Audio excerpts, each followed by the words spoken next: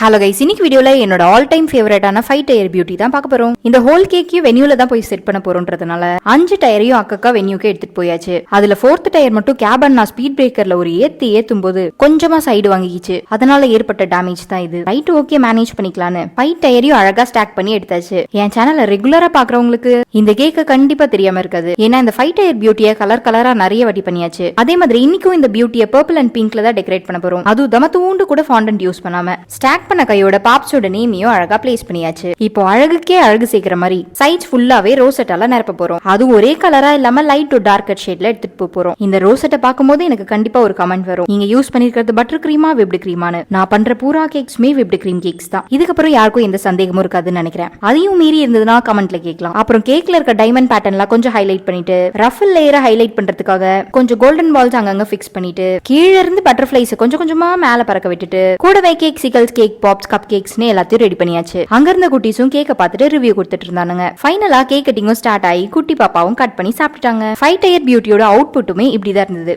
இந்த கேக்குக்கு 10க்கு எவ்வளவு கொடுப்பீங்கன்னு கமெண்ட் பண்ணிட்டு அப்படி நம்ம சேனலை சப்ஸ்கிரைப் பண்ணிக்கோங்க. பாய்.